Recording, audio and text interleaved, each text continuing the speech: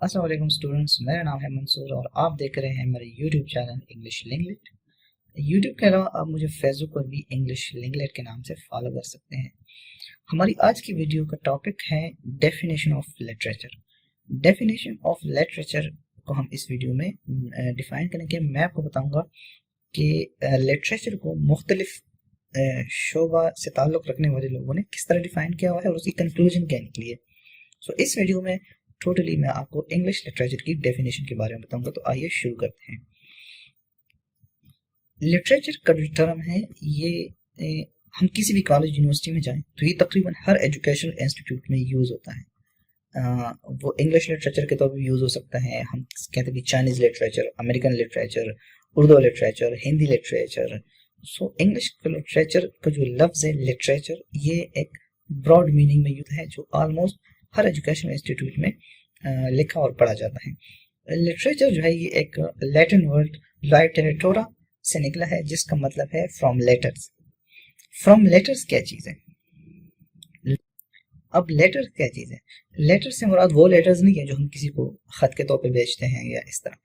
Letter से मुराद है the combination of words that give us a complete paragraph, that give us a complete structure of a written material, that give us a body of it।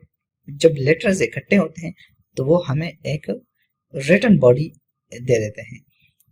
हम ये भी कह सकते हैं कि जो लेटर्स होते हैं it is the unit of written material. जब लेटर्स इकट्ठे होते हैं तो वो हमें एक रिटन बॉडी दे देते हैं। जब हम लेटर्स को इकट्ठे करते हैं तो वो हमें बॉडी ऑफ रिटन वर्क दे देता है। बॉडी ऑफ रिटन वर्क बनता है लेटर से। अब वो जो बॉडी ऑफ रिटन वर्क होता है वो या तो किसी पर्टिकुलर लैंग्वेज के रिलेटेड होता है या किसी पर्टिकुलर लैंग्वेज के मुतालिक होता है, या वो किसी कंट्री, किसी स्पेसिफिक एज या किसी स्पेसिफिक ईरा के बारे में बात कर रहा होता है। ये जो बॉडी ऑफ वर्क है ये एक पर्टिकुलर सब्जेक्ट के बारे में बात करता है। समटाइम्स हम किसी science, arts, technology, mechanics, astronomy, medical sciences, तो जो बॉडी ऑफ रिटन वर्क है ये किसी भी टॉपिक, किसी भी आर्ट्स, साइंस के सब्जेक्ट, किसी भी लैंग्वेज, किसी भी इरा में हो सकता है। इस बॉडी ऑफ रिटन वर्क को बनाया गया है लेटर से, लिटरेटूरा से। और लिटरेटूरा जो है ये लैटिन वर्ड्स है जिसकी मीनिंग है लिटरेचर। लिटरेचर को द मिरर ऑफ सोसाइटी भी कह सकते हैं, द रिफ्लेक्शन ऑफ सोसाइटी भी कह सकते हैं। हम जिस सोसाइटी में रहते हैं, हमारे इर्द गिर्द जो भी चीज़ें होती हैं, हमारा कल्चर, हमारी लैंग्वेज, हमारी ट्रेडिशंस, ये सारी चीज़ें इकट्ठी होकर हमारे लिए एक सोसाइटी बनाती है और उसी सोसाइटी को लिटरेचर में रिफ्लेक्ट किया जाता है। जब हम बात करते हैं कि किसी स्पेसिफिक एरिया का लिटरेचर कैसा होगा, तो एक्चुअली हम ये बोल रहे होते हैं कि उस एरिया का कल्चर क्या है, उसकी सोसाइटी कैसी है। क्योंकि जब हम वहाँ का लिटरेचर पढ़ते हैं तो हमें वहाँ का ऑल अबाउट तकरीबन पता चल जाता है लिटरेचर से। ये जो बॉडी ऑफ रिटन वर्क है ये जब हम किसी कंट्री, लैंग्वेज, इरा, एज या किसी स्पेसिफिक रीजन के हिसाब से जब हम इसकी बात करते हैं तो असल में ये हमें कुछ इन्फॉर्मेशन प्रोवाइड कर रहे होते हैं। ये हमें इन्फॉर्मेशन भी दे सकते हैं, ये हमें एजुकेशनल स्ट्रक्चर भी दे सकता है। इवन फॉर सम टाइम ये हमारे लिए एक सोसाइटी बनाती है।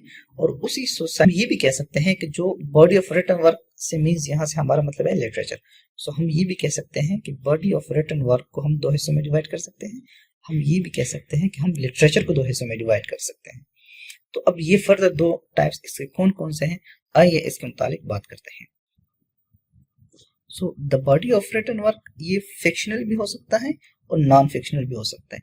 The body of written work से हमारा मुराद है literature. So literature may be fictional और may not be fictional, it might be fictional and be non fictional. So what is fictional and what is non fictional, let's talk about it. Fictional writing और fictional literature. Fictional literature is actually the imaginary work of any writer. जब हम किसी चीज को imagine करके उसके बारे में बात करते हैं, हम किसी चीज को, किसी बात को, किसी इवेंट को इमेजिनरी तौर पर क्रिएट करके उसके बारे में एक हिस्ट्री, एक स्टोरी लिखते हैं, नावल लिखते हैं या कोई पोइट्री लिखते हैं। तो वो रियल इवेंट में वो चीज़ें, रियल में वो चीज़ें जो है वो एग्जिस्ट नहीं करती, हमने उनको इमेजिन किया होता है। तो जो इमेजिनरी वर्क होता है उसको असल में उनको कहा जाता है कि ये फिक्शनल वर्क है। इमेजिनरी वर्क या फिक्शनल वर्क जो है ये फॉर इंफॉर्मेशन काइंड भी हो सकती है, ये एजुकेशनल पर्पस और एंटरटेनमेंट पर्पस के लिए हो सकती है, जैसे कि मैंने आपको पहले बताया। और ये जो है all based on writers imagination, एक राइटर किस तरह सोचता है, एक चीज़ों को इमेजिन करता है, वो उसके मुताबिक सारा जो है वो राइटर्स इमेजिनेशन पर बेस करता है। इसकी एग्जांपल जो है वो प्लेज है, पोइम्स है, नॉवेल्स है, शॉर्ट स्टोरीज है, नावल और इस तरह की सारी चीज़ें जिसको एक बंदा, एक राइटर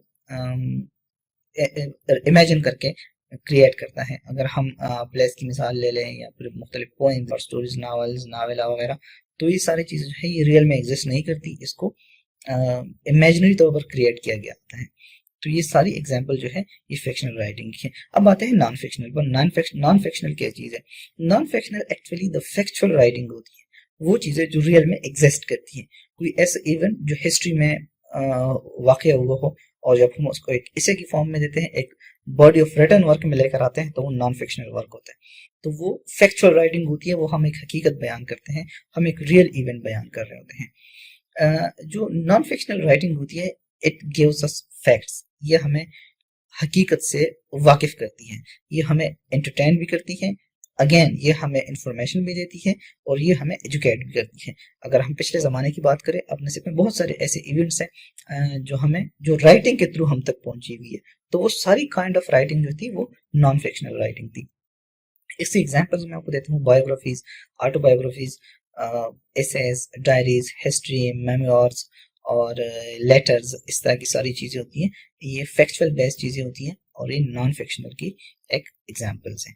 तो ये था हमारा आज का lecture, was all about the literature and then again we discuss about the fictional and non fictional literature.